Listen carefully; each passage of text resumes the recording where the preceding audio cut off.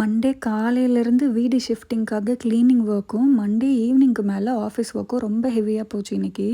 நான் ஒர்க் முடிக்கிறதுக்கே கிட்டத்தட்ட ஒரு 2 மணிக்கிட்ட ஆகிடுச்சு. ஸோ இன்றைக்கி காலையிலேருந்து வீடியோவே எடுக்க முடியல, ரொம்ப ஒர்க் பேக்டாக போனதுனால. ஸோ 2:00 தான் ஸ்டார்ட்டே பண்ணியிருந்தேன். எனக்கு இன்றைக்கி ஒர்க் நிறைய போனது அப்படிங்கிறதுனால ஒரு 8:30க்கே நல்லா பசி எடுக்க ஆரம்பிச்சிச்சுன்றதுனால 8:30க்கே டின்னரை முடிச்சிட்டேனா. ஸோ 2 மணிக்கெலாம் நல்லா பசி எடுக்க ஆரம்பிச்சிருச்சு பயங்கரமாக. அதனால் என்னடா பண்ணலான்னு யோசிச்சுட்டு இருக்கும்போது சரி ப்ளெயின் ஆம்லேட் போட்டு சாப்பிடுவோம் அப்படின்னு பிளான் பண்ணேன்.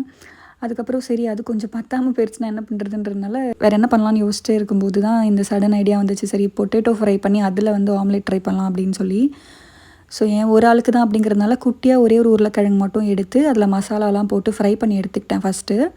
அதுக்கப்புறம் முட்டையை நல்லா பீட் பண்ணி அதில் அந்த மசாலா ஃப்ரை பண்ண அந்த உருளைக்கிழங்கை போட்டு ஆம்லேட்டும் போட்டு எடுத்தாச்சு. வீடு காலி பண்ணுறதுங்கிறது பயங்கர தலைவலியாக தான் இருக்குது. ஏன்னா வீடு வீடாகவே இல்லை, எல்லா பொருளும் அங்கங்கே இருக்குது.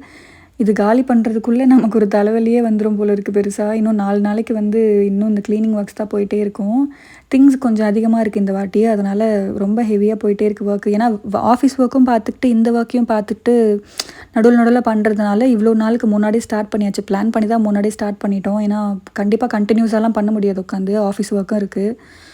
ஸோ அதனால் எல்லாத்தையும் முன்னாடியே ஸ்டார்ட் பண்ணியாச்சு. ஆம்லேட் சாப்பிட்டு முடிச்சுட்டு அதுக்கப்புறம் அடுத்த நாள் பிரேக்ஃபாஸ்ட்டுக்கு தேவையான ஜூஸ் மாதிரி ஊற வைக்க வந்திருந்தேன்.